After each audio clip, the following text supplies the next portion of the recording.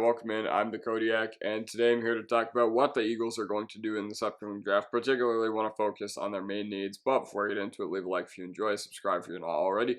Let's get right into it. So with the Eagles' current cornerback room being Darius Slay, James Bradbury, Avonte Maddox, Isaiah Rodgers, Eli Ricks, Kelly Ringo, and Zach McPherson, this gives them 7 guys who I'm not sure are even going to be reliable starters in the year 2025, and a lot of the heat was on the secondary for part of that monumental collapse at the back end of this year. And one thing that is very underrated that I want Eagles fans to know about before I even talk about this is Christian Parker has been one of the best secondary coaches in the league for the Broncos, and he helped develop Surtain. He helped develop a lot of guys who have come through our unit over the past few years. So I'm really sad to see him go, and that's a very underrated piece, and the Eagles got a great one.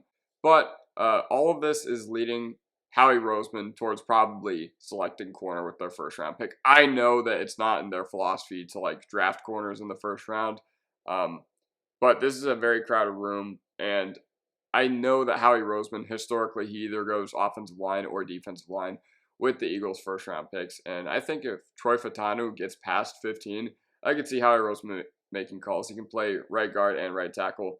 But at the same time, I don't know, the round 3 through 4 development offensive line guys might be pretty promising if you have a staff that can develop them, which, I mean, of course, if you're the Eagles, you have all the graces in the world to think that you can draft and develop offensive line. But when I think about the Eagles secondary, there are not any players on this roster that you can comfortably say will be on the roster in 3 years in a starting role. And to be fair, 2 or 3 years, that's a long time in the NFL. But at the same time, most GMs seem to agree that the draft philosophy should just focus on the roster for the next, handful of years and not just the next season. And that doesn't mean they won't make win now moves if they're on the hot seat, because who cares about the future if someone else is in charge? But if you ask them what they should be doing, they'll usually say something along those lines. So I know that they just gave Avonte Maddox another 1-year deal, but to be completely honest, I don't know. They have 2 of those guys, 2 of their starters, I think Darius Slay and James Bradbury over 30, and 3 are free agents next year. So even adding the UDFA guys, this draft should be about the needs of the future, and especially with a position like corner that is not only super, super duper important, but generally takes a little bit of development time too. So you need a high level prospect, and I don't think they need to reach for a corner in the first or even on day 2, because they always have loads of pass rushers that can get after the quarterback. Even if they don't have the most elite ones, they still have developmental guys with Smith, and I know they just lost Reddick too, but a lot of people seem to think that the Eagles are going to go offensive line again with their pick this year. And I want to put up on the mock draft database, which historically has been the most accurate source for NFL draft prospects, and one of these guys I'm pretty sure will be selected by the Eagles, and I just want to take a little bit of time to talk about all of them. So the only edge I think they're even going to be looking at is Laiatu Latu, and I really like Latu. I think he's a really, really solid player. He's definitely my favorite edge rusher in the class, even though Verse and Turner are likely going to be selected ahead of him. I really like what he brings to the table. He'd fit in great on the defensive line. You'd have Davis and Carter in the middle. You'd have Latu and Smith on the edge. So that's a lot of youth. That's a lot of time for these guys to grow together alongside the Eagles usually doing their thing and bringing in savvy veterans so that they can coach up the young guys on the offensive line.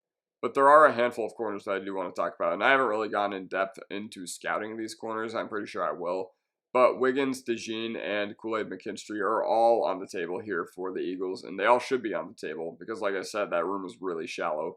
So ultimately, I do think that they will take a corner in the first round, but never discount what Howie Roseman likes to do with the offensive line. So Olu Fashanu, keep him in Pennsylvania. J.C. Latham, although I've heard he's more of a guard at the NFL level than a tackle, but I don't know. Positional versatility on the offensive line is something that'll be big for the Eagles, and you kind of have to start thinking ahead to Lane Johnson's replacement. Also, Troy Fautanu and Ainias Smith are also guys who should be on the table for the Eagles at the selection. So pretty much everybody agrees that unless they're getting BTJ, that they're going to go with either offensive line, corner, or edge, which is good because high-value teams and teams that definitely know what they're doing usually spend draft capital at those positions. Why would you spend draft capital on a wide receiver when you have guys like A.J. Brown and DeVonta Smith. Just it doesn't seem like smart roster construction or team building. But yeah, the Eagles roster is like low-key aging at some units, so I do think. So what are they going to go? They're going to go best player available, although they could be going right tackle in the first and corner in the second. But I think most Eagles fans would like an elite cornerback, although there's a lot of potential in that room with Rodgers, Ricks, and Ringo. And I wouldn't be convinced to see James Bradbury even be on the roster come September. So wouldn't be sad to see them draft a guy like DeJean or Wiggins. But if history tells us anything, the Eagles will be at pick 22 with a number of highly talented defensive backs at their disposal and take someone like Tyler Guyton. But yeah, those are my thoughts. Let me know what you think if you're an Eagles fan. And yeah, make sure to subscribe, and I'll see you guys next time. Peace.